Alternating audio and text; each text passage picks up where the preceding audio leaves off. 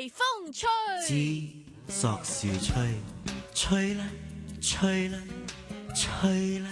最近有大學對港人婚姻信心做咗個調查，發現港人對婚姻滿意指數平均有8.3分，而10%已經結咗婚嘅人，過去1年係曾經考慮過離婚添。當中離婚嘅原因係包括性格不合啦，有第三者嘅誘惑啦，同埋經濟壓力等等㗎。有婚姻及家庭輔導專家就話，近年嚟呢，包二奶嘅婚外情個案已經遞減咗啦，轉為同同事日久生情㗎。主因可能係包括派咗去外地工作啦，又或者同佢下屬日日都對住㗎。佢哋亦都話40歲嘅男士屬於高危嘅一族，而事業有成亦都較容易出軌㗎。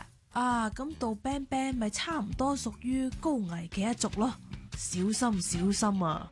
除咗日久生情，可能亦都係因為有性需要，所以而背叛佢哋嘅婚姻㗎。另外，專家亦都俾咗個少少建議大家。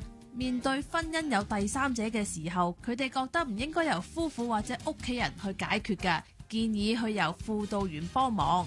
佢哋解釋，被背叛嘅一方自信心係受咗嚴重嘅打擊㗎，所以大家好難會有一個良好嘅溝通。而之前大家都講開嘅7年之癢，佢哋亦都話已經提早咗3-4年出現啦。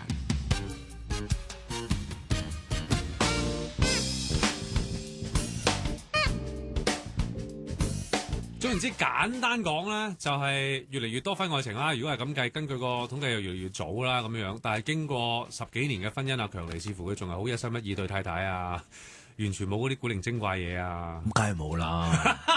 講起啊，雞你望住佢樣啊，本動啊，係啊，真係好誠懇啊，即係誠懇。我哋開工成日對住妹頭啲女神級咧，真係講真慣啊，唉慣啊，個人反而真係定啊個心喺度嚟啊，係啊，即係出街冇啊，冇事咯，咪變咗好容易。你講嘢啊，成日都一見到就話，唉，又扮少婦啊！